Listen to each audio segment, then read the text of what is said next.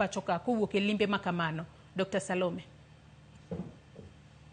Erokamano ahinya Joyce, an ka Kisumo ka adwa wacho ni an asomo Amerka. I'm an American educated woman. Tadwa mor kabisa ka chako gi go erokamano ni Ambassador Meg Whitman.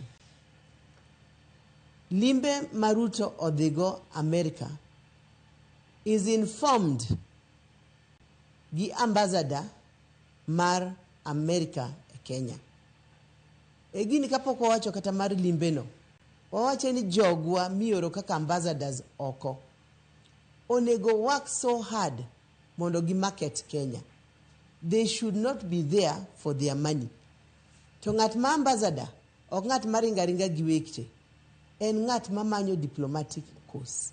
E gini neno Meg Whitman mane okothre gi jo opposition, nyocho dhi limo ogai Raila Amolo Odinga e dalane to pave the way. Koro gik ma jo America omiyo jo Kenya gi, they are very good, they are much in time.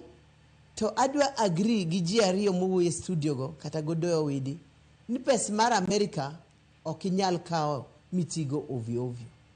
Pesa no ok en kaka mar jo China. Ibo ng'iye, ibo put into proper scrutiny kako tiyo, kaka ji otiyogo, to gima ber no siep ber. Pesa gi obiro nikech the 60 years of good relationship. Kwanza pesa mar peace. In America is the most threatened country in the world nikech terrorism. Gise experience was experience. Corruption bentie ka, election issues, health ntie, waneno ka giketo education, to gima ber ma gimiyowa pesa mang'eny e ndara. Onge gima ber e piny if you have proper means of road. The road network, kidhi America, Joyce, Ibomor, they are where they are because of their road network. Kama ng'ato nyalo kawo chiembe mater kuma teri is very, very important. Kora do wacho wuoth manyocha, limbe manyocha President Ruto odhigo oko. En limbe mokelonwa geno, mokelonwa gich mabeyo. And it is not one-sided.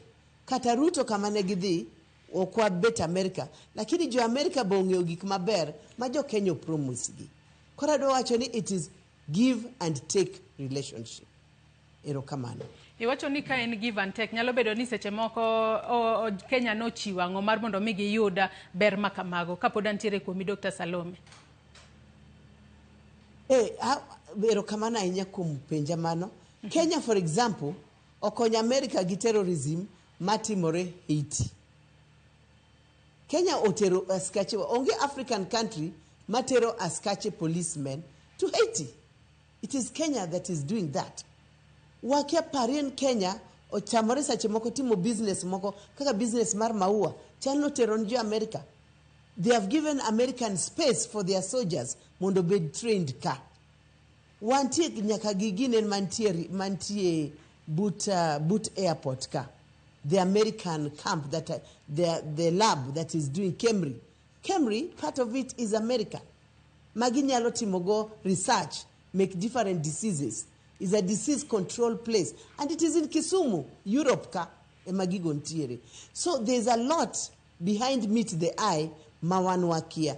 Nikech kidhi kosiepni, kitingo zawadi, ibesa midok, nyakomiye gimoro.